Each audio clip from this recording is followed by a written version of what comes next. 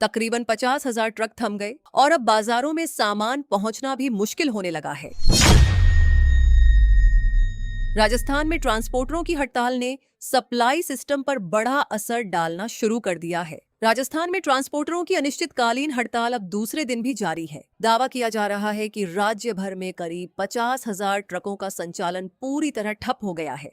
इसका सीधा असर अब बाजारों, उद्योगों और रोजमर्रा की जरूरी चीजों की सप्लाई पर दिखाई देने लगा है। इसी बीच आंदोलन से जुड़ा एक और संदेश भी सामने आया है। आंदोलन से जुड़े लोगों की ओर से कहा गया है कि जो ट्रांसपोर्टर राजस्थान ट्रांसपोर्ट की हड़ताल के दौरान अपनी गाड़ी चलाएगा, उसे प्रतीकात्मक रूप से चुनरी, राशन और कंगन देकर सम्मानित किया जाएगा। साथ ही जयपुर में सभी ट्रांसपोर्टरों से चक्का जाम और हड़ताल में एकजुट होकर शामिल होने तथा अपने अधिकारों की लड़ाई मिलकर लड़ने की अपील भी की गई है। फल सब्जियां हो, किराना का सामान, सीमेंट, स्टील या फैक्ट्रियों का कच्चा माल, कई जगहों पर माल की आवाजाही प्रभावित होने लगी है। अगर हड़ताल लंबे समय तक जारी रहती है तो आने वाले दिनों में इसका असर आम लोगों की जेब पर भी पड़ सकता है। उनका कहना है कि परिवहन विभाग ने नई स्टैंडर्ड ऑपरेटिंग प्रोसीजर यानी SOP तो जारी कर दी, लेकिन उनकी मुख्य समस्याओं का समाधान अब भी नहीं हुआ है। राजस्थान ट्रक परिवहन संघर्ष समिति का कहना है कि जब तक सरकार उनकी मांगों पर ठोस फैसला नहीं लेती,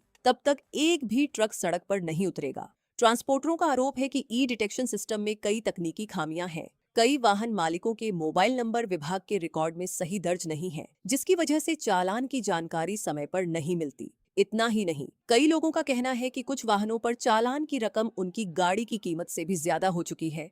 वहीं विभाग की ओर से सोमवार शाम ट्रांसपोर्ट संगठनों के साथ बैठक भी हुई।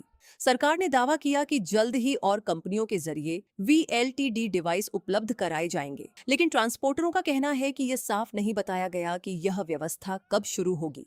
इसी वजह से उन्होंने फिलहाल हड़ताल खत्म करने से इनकार कर दिया है।